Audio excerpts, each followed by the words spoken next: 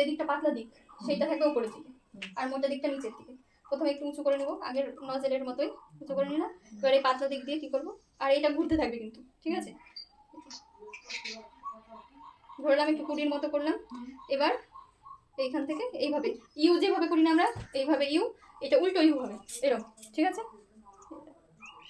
হলো। এবার যেখানে শেষ করলাম আমরা তার একটু আগে থেকে নিব, আবার সেম যেখানে শেষ করেছি তার একটু আগে থেকে এইভাবে করতে থাকবো। আর আস্তে আস্তে এই নজেলটা এইভাবে ছিল, এইভাবে আস্তে আস্তে ব্যাগাতে থাকবো, তাহলে মনে হবে যে হ্যাঁ ফুলটা ফুটেছে। আর নিচের এই রোজ নেলটা ঘোরাতে থাকবো অল্প অল্প করে।